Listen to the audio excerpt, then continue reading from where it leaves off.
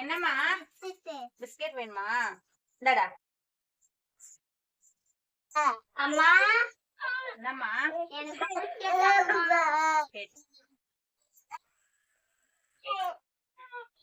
இந்தாடா. தங்கச்சி பாவம் இல்லடா, தங்கச்சி சாப்பிட்டேன்டா, அதான் தங்கச்சி போச்சு.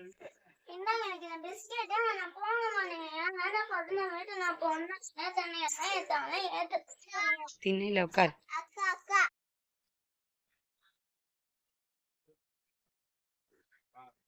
எனக்கு வேணாம் சஞ்சு.